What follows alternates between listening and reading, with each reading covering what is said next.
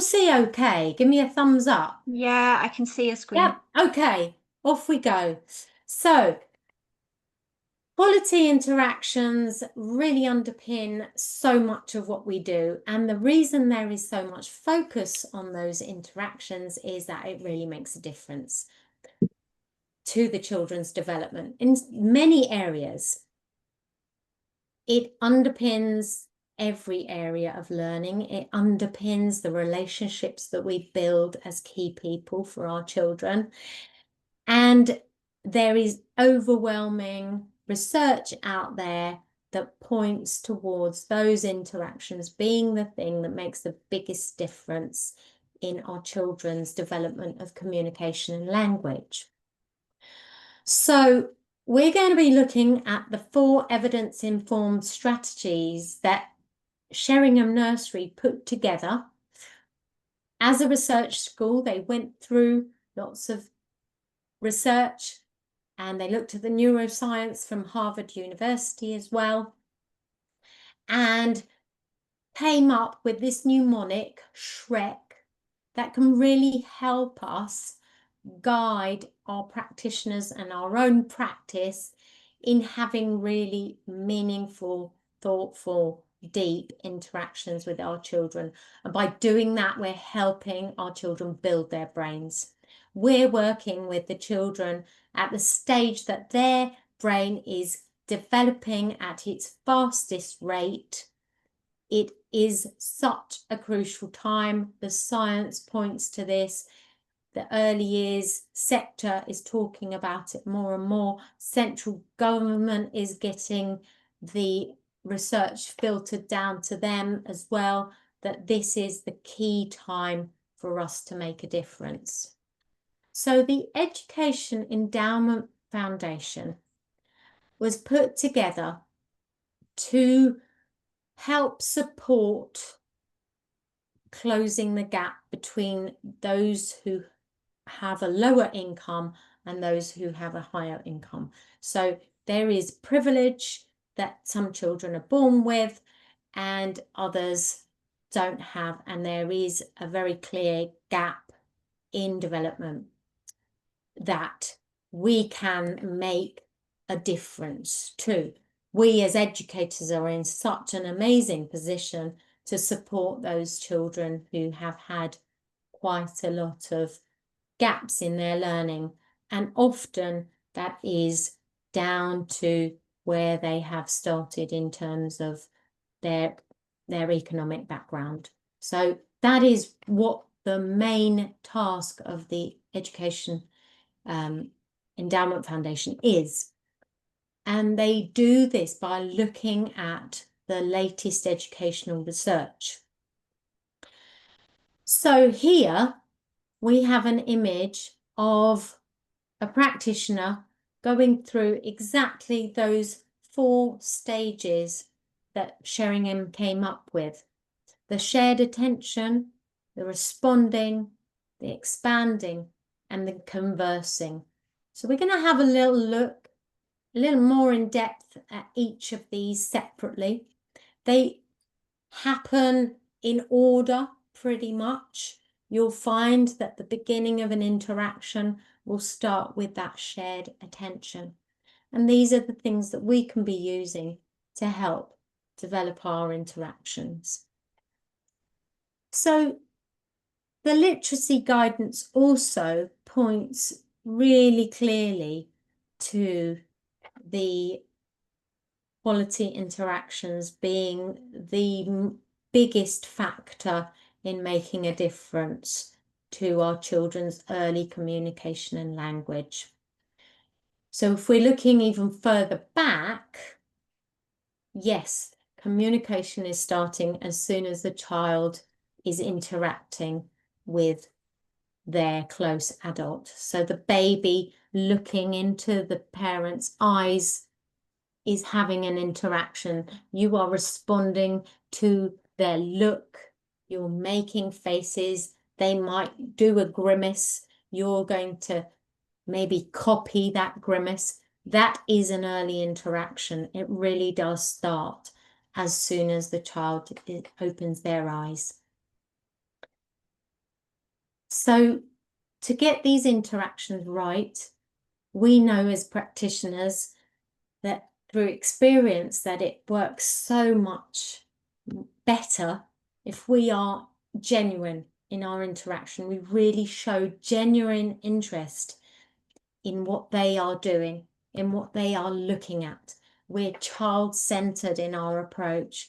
We're thoughtful. There's warmth around how we interact, how we use our voice, and we're open. We're open to the possibility of a child saying things that maybe we didn't expect them to say. They may be saying this through gesture. They may be pointing. They may be doing an action. And we have to be open to the language perhaps not being as we expect. So the shared attention here is really clearly exemplified by this adult looking at the same thing that the child is showing interest in. She's commenting on what she has cupped in her hands. It may be a jewel, it may be an insect, it may be a little stone that he found. In it, it's there that she is developing that trusting relationship. He wants to stay, he wants to talk about the object that they're sharing attention over. And she's listening carefully to any cues that come from him. She's tuning in. There might be a visiting practitioner. And if that's the case, you want to be really clear that you use ShREC. You are very keen on making sure that everyone who engages with the children, whether they come briefly and whether they're there more often as a key practitioner, but you want there to be a consistency around sharing attention, being at the child's level. You can explain that explicitly to everyone who engages with your children. You'd like them to come down, share the gaze, and respond to how they feel they want to communicate. So this dancer who comes and does a session once a week is saying goodbye to the children so they feel they have been seen, they've been noticed, they've participated, they've all been really important during the session. And she gives them a choice of whether they want to shake hands with her, whether they want to do a little dance, or whether they just want to give her a high five. They don't have to have contact, so the ball is in their court. She doesn't give them too many choices, so it's not overwhelming, but she gives them the chance to respond in the way that they choose. She's not then going to go on to the next bits of ShREC, the extending and the conversing, but she is still in line with how you want your children to be interacted with in your space. And here there's a practitioner at Coin Street who is giving a hug to her key child who's run towards her. I don't think she was quite expecting it, but she's met that run by coming down and aiming to be at his sort of level. I think she was caught a little bit unawares there, but again, she's aiming to have that shared attention at his height and his level. We then need to be responding to what the child has come up with. That response might be us just going, wow. It might be acknowledging what it is that they're doing. To do that well, you will have to adjust to that child's preferred mode of communication. A child that is at the early stages of speaking is probably not going to process too many words, so you may simplify the amount of words that you use. It may be that you use gesture, it may be that you use an image because that child has a choice board and they like to refer back to it. It may be that you have real objects that you can show the child to exemplify what you're saying.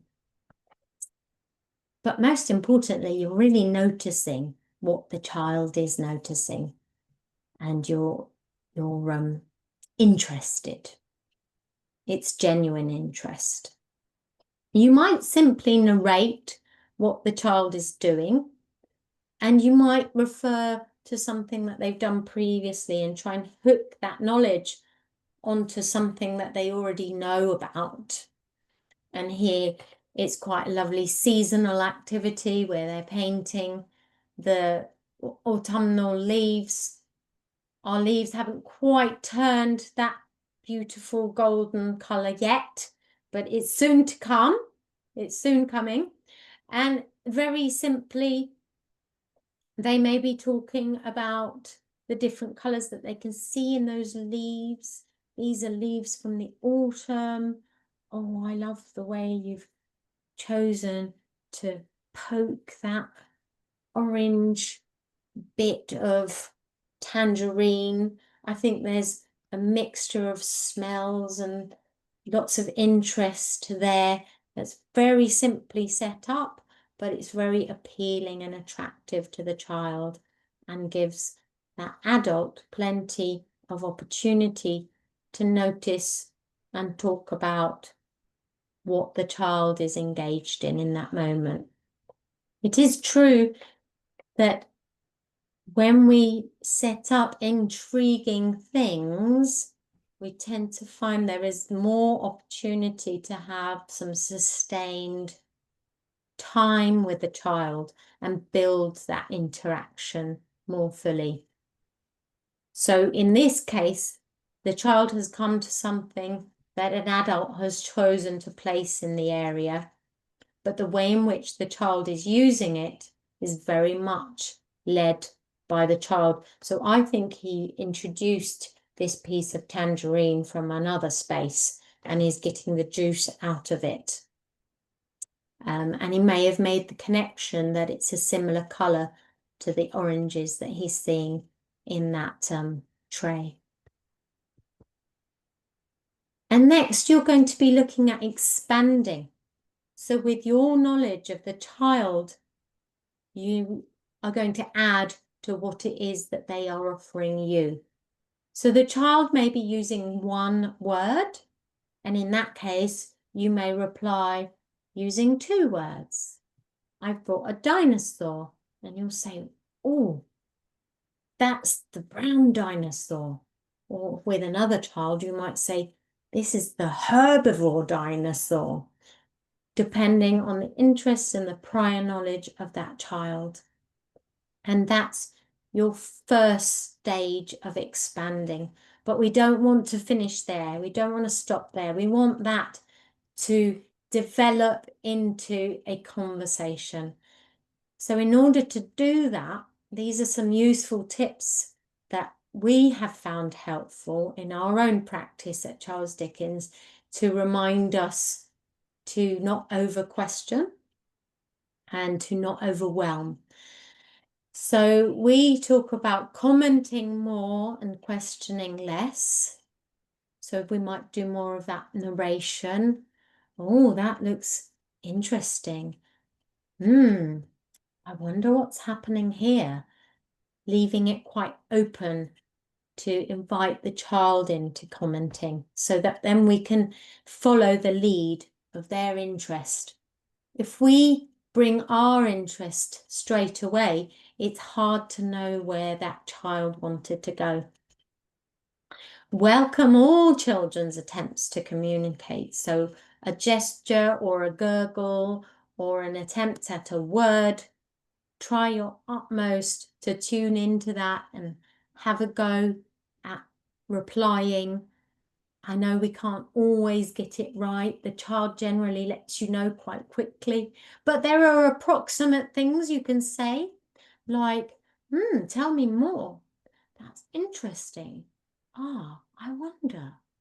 Oh, yes, I like feeling those leaves also. Your facial expression is really important. So it's so important that we match our expression to what we are saying. Sometimes in a very busy environment, we might be doing something because that needs to get done, whilst we're responding with words to the child with something that's completely unrelated from the thing that we're tidying away or from the lunch table that we're preparing. In that moment, that child may be very confused about the words that we've used.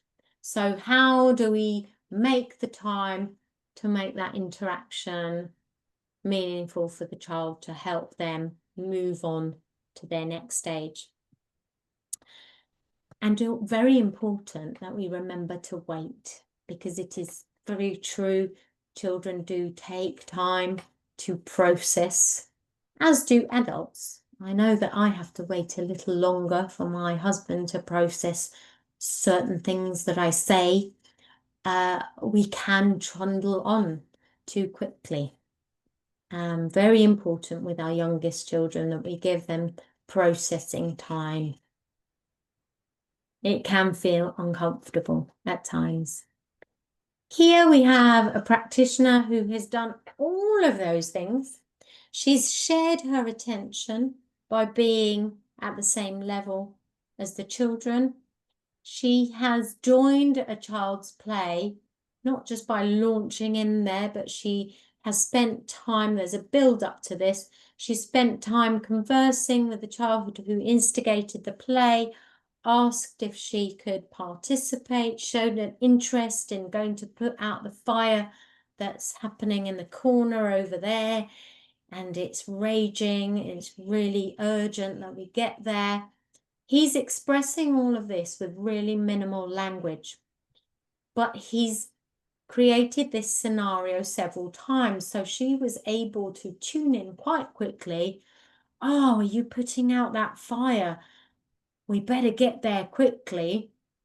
And then he said something approximate that then she can rephrase and support him in saying, yes, we really must get there quickly. She's also then been able to incorporate the interest of another child who then wanted to be part of it, and he joined and he sat at the end of the fire engine and got involved as well. So this interaction developed into a really meaningful conversation that was part of the role play. So it happened quite naturally, and often you'll find that role play is a wonderful vehicle for developing those conversations, and that's the aim, that we're having as many to and fro exchanges as possible, because eventually we want to see the impact on how the children converse with each other. We found that it's really lovely to see our children engage in things like interactive reading, so describing the illustrations that they see in a book that they're sharing attention with. So they're actually going through the ShREC stages with each other because they've had it modeled by adults quite frequently. So then it's something that they add to their toolkit and they use it with each other. Here the children are in a home situation where they've chosen to bring in open-ended resources from other areas, and children who ordinarily found it really difficult to incorporate others into their play are actually using those shared attention techniques. They're responding to each other, they're extending the play by finding new resources and asking if somebody can bring something else in to build and make this cake. And they're actually eventually having a really meaningful conversation. So well-modeled practice filters down to how our children connect with each other. They learn how to turn-taking conversation by us modeling that. They learn to listen to each other equally so that everybody within the role play has a voice because we have modeled and facilitated that, and they are including others within that situation and that play. The idea of including is so important because we know some of our children find it really hard to include those children who are pre-verbal, for instance, because they're not quite sure how much of what they're saying is understood. They might be fearful of the child who snatches because they haven't got the words to ask. So a lot of time needs to be spent going through the stages of ShREC to build those quality interactions between the children that are more verbal and those that have fewer words to add to the play. So our facilitation is so well supported and guided by these ShREC elements. So they reach this stage of collaboration because of the positivity of the adults around them, the modeling, the simple turn-taking language that's been introduced by the adults. Could I have a turn? Is it my turn yet? Oh, no, I have to wait another 2 minutes. Okay, I'll wait. It's not a given that they're going to have a turn. We teach our children that if a child says, I haven't finished yet, that's okay. We may then step in if we think their 2 minutes is more like half an hour and teach them how to negotiate through that. But that all involves language that we need to model and support them with. We want to give that time to problem solve, and that is where we want to think about how do we then extend our quality interactions to ensure that we're actually scaffolding our children's learning and helping them reach the next developmental stage in their thinking or in their skill or in their understanding. So here is the poster that ShREC produced to support practitioners in remembering the elements of ShREC, the shared attention, the responding, the expanding, and the conversing. I've put this in a PDF link that you can download at the end. Now, I also thought this was a very useful slide because it provides us with the context. Sometimes people talk about a very polarized situation where things are either adult-led or they're child-initiated, when in fact there's a continuum where there are different aspects of adult interaction that could be not so much, a little bit more, guided by the child, but slightly steered by the adult where they feel the child might be giving up. It may be that there's a collaborative situation where the adult and the child have an equal voice. So it's actually much more nuanced what we do and how we play and what our role as adults looks like. It's not the polarized, just adult-led and child-initiated, which you will recognize from how you work with your children. So if we're talking about scaffolding, this is another very useful word, stairs, that reminds us what those elements are of successful scaffolding. So if we feel we are actually really well versed in ShREC, we're feeling really confident in our skills of having quality interactions with our children. We feel we've got really good relationships with them. They want to converse with us and sustain attention with us and have to and fro interactions. At that point, we can start thinking about how do we make those interactions really make a difference to their development. how do we reach that zone of proximal development that Vygotsky spoke about, where our interaction will help them reach something that's slightly out of their cognitive reach or slightly out of their skill level, or slightly out of reach of their understanding. We need to be very careful that we are not proposing something that's way out of reach, because we know that will turn the child away. They will be not interested, or they will need so much scaffolding that we will have to take over, and it becomes our activity. It becomes something that we did. They didn't succeed in it, but they could do it if we did it for them. So we don't want to be in that situation. What do we do to avoid that? We start with sharing attention.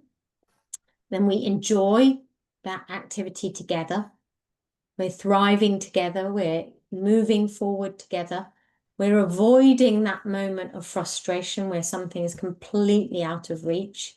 We haven't provided a 20-piece puzzle for a child that may be starting to think about a 10-piece puzzle, because they're quite well versed in completing an 8-piece puzzle.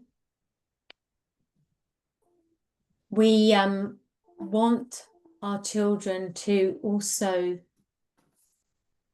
talk about the learning that they're doing, to talk through how they're understanding the situation. We also need to highlight the very important elements of what they're doing. So if we use the jigsaw as an example, where we can see a child is really struggling to fit a piece in, we may highlight that it could be turned, or it could be flipped, or have a go at turning it the other way round. If at that point we don't suggest something, the child might walk away and give up. But if we highlight the elements that they can use to help themselves, we're then going to be able to help them do that independently later. It may be that they haven't considered turning a piece around, and that really needed suggesting. Then they can talk about how I've learned how to turn the pieces round now, and I'm really enjoying doing my puzzles. I was in a nursery a couple of days ago where a child was doing just that. He had 4 different puzzles in a tray. They each were 6-piece puzzles, and he was really enjoying doing this, but he was completely not using any language as he did it. I approached and said, "Wow, that looks like fun." Didn't say anything. And I said, "Oh, I can really see how you're challenging yourself." And he said, "Yeah, well, I've finished them all now, and I want to do it again." So then he emptied them all again, and another child approached, and they were about to take something.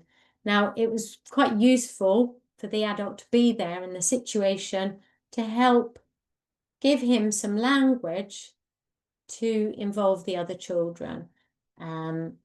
Oh, he's already started this challenge, so you need to ask if you can have a go. Can I have a go at doing one of the puzzles? And he obliged and said, "Yes, you can complete the fish." And he used the word challenge. He said, "This is your challenge." So it was really nice to see in the moment the child adopting the language that the adult had introduced and immediately using it. That's what you really want to be achieving. And he was using that independently as the morning went on. He was inviting new children into the activity and using that language. So using this stairs approach, you really are taking quality interactions to the next level. You're scaffolding that child's learning, taking them, their thinking, their skill, just out of reach, so that they can feel that sense of satisfaction, that I can do attitude towards learning new things. I've used the image here of a very simple mealtime because sometimes we find that our spaces are very, very busy, and that it's really hard to have those quality interactions often. We're settling new children. They don't know where their key workers are. They're not quite ready to come to a group. But they are very likely going to come to a meal time or a snack time at some part of the day. So how do we make that moment an opportunity for quality interaction? We can slow down our talking. We can show interest in the thing that they are looking at, the thing they're pointing at, the thing that they would like on their plate. This is your opportunity to build a conversation around this very mundane structure that you have within your day. So think about how you can use those moments to enhance your interactions. Rather than rushing them through, getting their coats on, how can we take time to show them how to do the up-down method? I've heard it called the French method today, but I was pretty sure it was the Montessori method, because Montessori was all about having things at children's level so that they could engage with the resources and do things at their level. So if your coat is child size, you should be able to have a way to get that on yourself without too much support from an adult. If we always hold up the coat for them to put their arm through, they're probably going to expect us to do that each time, and we're not aiding that independence and that ability to move on to the next stage. So here we have a practitioner who's engaging with some children who have shown lots of interest over the week in dressing up and hairdressing. What they've done as a team is they came together and decided that it would be really useful for them to have the open-ended resource of lots of scarves, and that they could teach them a simple skill of tying a knot, because that was much more achievable than trying to plait hair, which they really wanted to do, but it was just too much out of reach for them to feel satisfaction with. And this was a way for the children to feel like they were succeeding, and they also were learning a new skill that was quite achievable. So this is when you need to think about your knowledge of child development, your knowledge of progression, and actually that is what our curriculum is. If we can break down all of those stages at any point in the day with different children, our knowledge of our curriculum allows us to support that child appropriately. Here, the practitioner has been invited by the child to explain how she can find the right piece of the puzzle. And the practitioner is scaffolding her learning by giving her a technique. So she's explaining that she can count the dots to find out how many there are, and then she'll know which numeral to put them next to. Here, on the other hand, the practitioner is outside supporting a child with his physical development. He's really hesitant about using the outdoor space. She's making him feel safe. She's showing him how he can adjust where the blocks are so that he can do that on his own without the need of a hand being held. And so different examples here of how an adult is supporting, so scaffolding that learning. So the key points from today are around quality interactions. They take time and they take skill. We make it look very easy when we get it right. Many of us get it right at different times of the day. The aim is to have more of those situations happen by changing our structures perhaps to include more opportunities to have quality interactions. That is dependent on your space, your setting, how you work. Putting your child at the centre, how we tune in, and how we support a child's thinking. That is the scaffolding aspect that we talked about today. Helping a child develop requires building deep connections, absolutely. Our relationships with the children, that shared attention stage, really shows that we are genuinely interested in where the child is taking us, in what it is that they want to explain or describe or ask of us. So we've looked at ShREC, which helps guide those quality interactions, and we've looked at STAIRS that helps us with our scaffolding and helps us develop those interactions into even deeper learning opportunities. And I'm hoping that you will come away with some ideas of things that you think will be helpful to develop in your own interactions. Also, today you will probably have identified things that you already do. And what's wonderful is that you now are very clear on how those things that you do, whether it be the shared attention, the response,